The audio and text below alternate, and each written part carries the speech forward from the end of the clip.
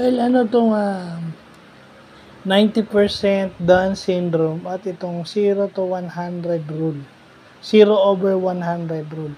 Well, yung 90% done syndrome is maraming nagsasuffer nito kahit dun sa undergraduate o dun sa mga college student. They think na 90% na completed yung kanilang ginagawa.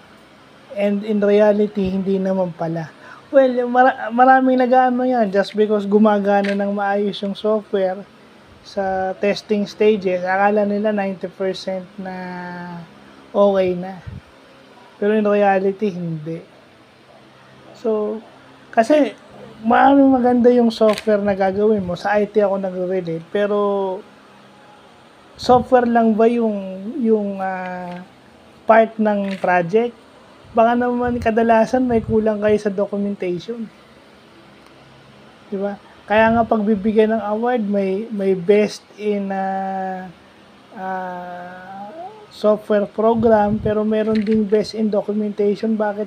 Hindi aandar o hindi magiging maganda ang takbo ng isang software kung hindi mo ma-measure yung feasibility o yung possibility o yung worthwhileness ng isang project. Maaari kasing maganda yung software nyo, galing yung mag-program, ganyan. Kasi may ganun naman talaga, estudyante pa lang magaling nang mag-program. Kasi yun ang itinuturo. I mean, may mga ano kasi na ang tinuturo is yung program. Kumbaga, neglect o siniset aside yung documentation. Siguro baka meron kayong 90% done syndrome. Ngayon, yung 0 to 100 rule is hanggat hindi natatapos yung project, ang progress mo is 0. Yun yung pangontra sa 90% done syndrome. Kasi, pwedeng baliktad pwedeng matapos muna yung software na maayos na gumagana bago nyo matapos yung information gathering. Supposedly, baliktad. Dapat matapos muna yung information gathering bago nyo mabuo yung software nyo.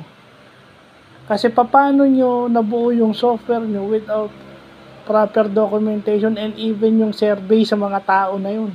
Minsan nga yung survey, ang daya nyo Imbis na mag-survey kayo doon sa mga gagawa nyo, hindi. Kayo na mismo sumasagot ng sarili nyo survey. Dinudugaan nyo ba? So, yun lang po.